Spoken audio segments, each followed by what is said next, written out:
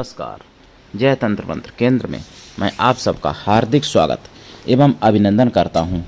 मेरे प्रिय भाई बहनों, यदि आपने हमारा चैनल अभी तक सब्सक्राइब नहीं किया है तो लाल वाली बटन दबाओ और घंटी बजा दो। कोई शुल्क एवं चार्ज नहीं कटेगा। आप हमारे वीडियो को फेसबुक पर, व्हाट्सएप पर, ट्विटर अकाउंट के माध्यम से और इंस्टाग्राम पर अधिक से अधिक शेयर करें। लाइक और कमेंट करना भी आपका धर्म है। दुनिया में जिसका कोई नहीं मैं उसका हूँ। यदि आपको अपनों ने धोखा दिया है अथवा आपको परायों ने धोखा दिया है तो आप एक बार मुझे अवश्य आजमाएं। हमारा मोबाइल नंबर है 9305 63 71 73। हमसे बात करने का टाइम भारतीय टाइम के अनुसार दिन में दोपहर 12 बजे से 2 बजे के बीच का है। यदि आप सच्चा, पवित्र, निस्वार्थ दिव्य प्रेम पाना चाहते हैं अथवा सच्चा, पवित्र, निस्वार्थ दिव्य प्रेम देना चाहते हैं तो आपका स्थान मेरे लिए मेरे प्राणों से भी करोड़ों गुना ऊपर है। मैं राष्ट्रीय अध्यक्ष कृष्णा दल एवं महामंडलेश्वर आप सबसे निवेदन करता हूं, यदि आप मानवतावादी हैं अथवा आप सनातनी हैं तो मुझसे जरूर जुड़ें। यदि आप में योग्यता हुई तो मैं आपको पदाधिकारी भी बनाऊंगा अपने संगठन कृष्णा दल में। ये कृष्णा दल हमारा, आपका, सबका एक परिवार है। यदि आप किसी भी प्रकार से योग्यता रखते हैं संगठन से संबंधित, हमारे विचारों से संबंधित, तो मैं आपको पदाधिकारी भी बनाऊंगा अपने संगठन कृष्णा दल में और आपकी योग्यता के अनुसार पद प्रदान करूंगा। आप विश्व के किसी भी कोने में रहते हैं, किसी भी जाति धर्म से हैं, कोई दिक्कत नहीं। आप हमारे दिए हुए ज्ञान से भरपूर लाभ उठा सकते हैं। देखिए, कुछ लोग फ़ोन करके पूछते हैं कि गुरुजी सच्चा प्रेम किस प्रकार का आप चाहते हैं या आपको कोई दे सकता है या आपसे प्राप्त कर सकता है, ऐसा भी प्रश्न किया कुछ लोगों ने फ़ोन पर मेरे। तो देखिए, प्रेम किसी भी प्रकार का हो, जहाँ सच्चा प्रेम होता है वहाँ पर वो दोष नहीं होता है और वो मतलब एक स्वर्ग का रास्ता बन जाता है। लेकिन अगर वही गलत प्रेम हो, झूठा प्रेम हो, अपवित्र प्रेम हो, स्वार्थ का प्रेम हो, तो वो किसी का भी चाहे हो, वो नरक का द्वार, संकटों का द्वार बन जाता है। तो मैं सच्चे प्रेम की पहली बात करता हूँ। किसी भी प्रकार का प्रेम हो, सच्चा प्रेम जो है, ठीक, नंबर 1। नंबर 2, जो ऐसी माताएं हैं या पिता तुल्य बुजुर्ग हैं जिनको उनके बेटों से निराशा हुई है, मैं ऐसे माता पिताओं के लिए समर्पित हूँ। जिनके भाई नहीं हैं, जिन बहनों के या जिन को भाइयों ने धोखा दे दिया है, या कोई की इच्छा है कि हमारा, जैसे किसी के 4 भाई हैं तो 5 भी हो सकते हैं, तो मतलब वो मुझे बहन बना सकता है। भाई भी और बहन भी, दोनों के लिए नियम है। मुझे भाई अपना मान सकता है धर्म का, और फिर मैं उसके भाई की तरह आजीवन साथ दूंगा, जैसे सतयुग, त्रेता, द्वापर में लोग देते थे, ना कि कलयुगी भाई की तरह। जो मुझे अपना पुत्र रूप में स्वीकार करता है, माता या पिता, उनको भी मैं उनके पुत्र की ही तरह सुख देने का प्रयास करूंगा, जैसा सतयुग, त्रेता, द्वापर में लोग करते थे, ना कि कलयुगी पुत्रों की तरह जो कि अनाथालय में छोड़ देते हैं सब कुछ प्रॉपर्टी लेने के बाद भी। मैं तो कोई चल अचल संपत्ति नहीं मांगता हूं आप लोगों से। तो ये बात आपको समझनी चाहिए। मुझे आशा है कि आप लोग मेरे प्रेम का आशय समझ गए होंगे, और मैं भाई बहन के प्रेम को सबसे ज़्यादा महत्व देता हूँ। भाई भाई के प्रेम को भी महत्व देता हूँ, ऐसा नहीं है, मतलब भाई के प्रेम को मैं सबसे ज़्यादा महत्व देता हूँ। सबका अपना अपना विचार होता है, निजी विचार हैं। कुछ लोग अपने प्रेमिका को ही महत्व दे पाते हैं बेचारे। कुछ लोग ऐसे होते हैं कि विवाह करने के बाद पति पत्नी को ही आपस में महत्व दे पाते हैं, उसके बाद में पत्नियां जो होती हैं वो उनके माता पिता से छुड़ा देती हैं, अपने पतियों को भाई बंधु से छुड़ा देती हैं और अपने मैके की तरफ मोड़ देती हैं। अधिकांश ऐसा मैंने देखा है।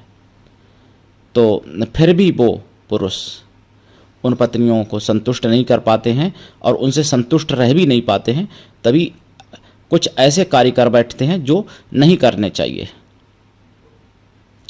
तो मेरे प्रिय भाई बहनों, मैं आपको जो साधना भी बताऊंगा, इसके लिए कोई दिक्कत नहीं। आप हमारे मतलब चैनल से परिवार की तरह जुड़ सकते हो। मैं जो साधना बताऊंगा, मेरा विचार है आज आपको बताने की साधना। वैसे साधनाएं तो बहुत है, लेकिन मेरा विचार है कि मैं एक हिडिंबा नाम की सती प्रेतनी की साधना बता दूं। हालांकि हिडिंबा देवी की मैं साधना डाल चुका हूं बहुत पहले, लेकिन हिडिंबा नाम की सती प्रेतनी की साधना बताऊं आज मैं, जो माता की परम प्रिय सखियों में गिनी जाती हैं, जिनकी साधना मुगलिया शासन में नष्ट हो गई थी, जो आज मैं बताने जा रहा हूं। और मेरा उद्देश्य है कि सनातन धर्म का प्रचार हो, सनातन धर्म का प्रसार हो। लेकिन सनातन को मिटाने के लिए ना जाने कितनी शक्तियां लगी हुई हैं। मैंने सुदर्शन चैनल पर सुना है 23 मार्च 2026 में सुदर्शन चैनल पर कि भोपाल में काली मंदिर के सामने एक जिहादियों ने नवरात्रे के चौथे दिन गाय काट के और गाय का मांस फेंक दिया। केवल सिर गायब था और पूरा शरीर गाय का पड़ा था। तो ये हिंदुओं को चढ़ाने की तो बात हुई ना, हिंदुओं को की भावनाओं को आघात करने की तो बात हुई। और इसी दिन मैंने सुना है कि भोपाल में बजरंग दल के लोगों ने होटल में पकड़ा एक फैजान नाम के लड़के को, मतलब लड़का नहीं बल्कि युवा, अधेड़ मान लो बा, और हिंदू युवती को बैला फुसकला के ले गया था। हालांकि अब मैं तो कहता हूं कि अगर वो अनजान में गई है तो भाई धोखा है उसके साथ। अगर वो जानबूझ गई तो मैं तो यही मानूंगा कि उसके भी दिमाग में विष्ठा भरी हुई है। इतने मुसलमान काट डाल रहे हैं, हिंदुओं को मार डाल रहे हैं, फिर भी जब आंखें नहीं खुलती हैं, आंखें फूट गई हैं, तो फिर मैं क्या करूं, क्या कहूं ऐसे लोगों से, जबकि उनको जिहादी करना है। महाराष्ट्र की खबर भी मैंने सुनी इसी दिन। एक जिहादी रहमान नाम का बीच रोड पर ठेला लगाया था। एक रिटायर फौजी गाड़ी से जा रहे थे, उन्होंने कहा कि भाई या तो आप ठेला दाएं कर लो रोड से या फिर बाएं कर लो भाई, बीच सड़क से थोड़ा हमको गाड़ी मेरी गुजर जाने दो। इतनी बात पर उस जिहादी ने उनके सर पर लोहे की रॉड से वार कर दिया, बहुत भयंकर रूप में, बहुत मोटी रॉड से, जो उनके सिर में खून बहने लगा। वो लहूलुहान हो गए और 3 जिहादियों ने उनको पकड़ लिया ताकि वो बचाव ना कर पाए। और फिर भी इतनी उसकी क्रूरता नहीं रुकी उस शैतान की।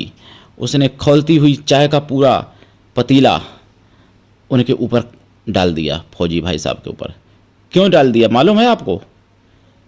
आपको नहीं मालूम होगा। कोई मुल्ला अगर कहता तो शायद जगह मिल जाती और उससे सलाम वगैरह वो करता, लेकिन वो फौजी हिंदू था, दिखने में हिंदू था, इसलिए फौजी भाई को मतलब टारगेट किया, क्योंकि हिंदुओं को उनको मिटाना है चाहे किसी भी बहाने से। मैंने उत्तम नगर की घटना कई बार बताई, आप लोगों ने सबने सुनी होगी, दिल्ली की। केवल छोटे से गुब्बारा का पानी पड़ जाने से, वो भी धोखे से पड़ जाने से, 6 साल की बच्ची के द्वारा पड़ जाने से, और उसको काट डाला था, मार डाला था बेचारे को, तरुण भाई को, 26 साल के।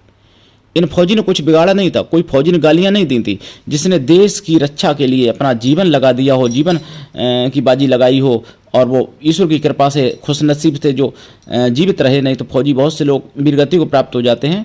तो उन फौजियों की ये हालत है जिहादियों के द्वारा, तो फिर आम हिंदू की क्या हो सकती है आप कल्पना करो। सरकार तो कहने को महाराष्ट्र में भी डबल इंजन की है, लेकिन फिर भी वहाँ पर सिंगल इंजन भी काम नहीं कर रहा, मुझे ऐसा लगता है। तो आपको जागना पड़ेगा, समझना पड़ेगा और एकजुट होना पड़ेगा, तभी संभव है कि आपकी रक्षा होगी। नहीं तो आपके घर पर भी नंबर आएगा, आपका भी नंबर आएगा और आपके साथ भी अत्याचार वो होगा।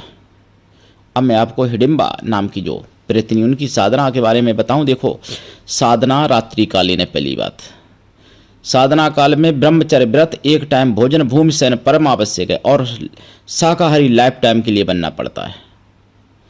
साधना रात्रिकालीन है।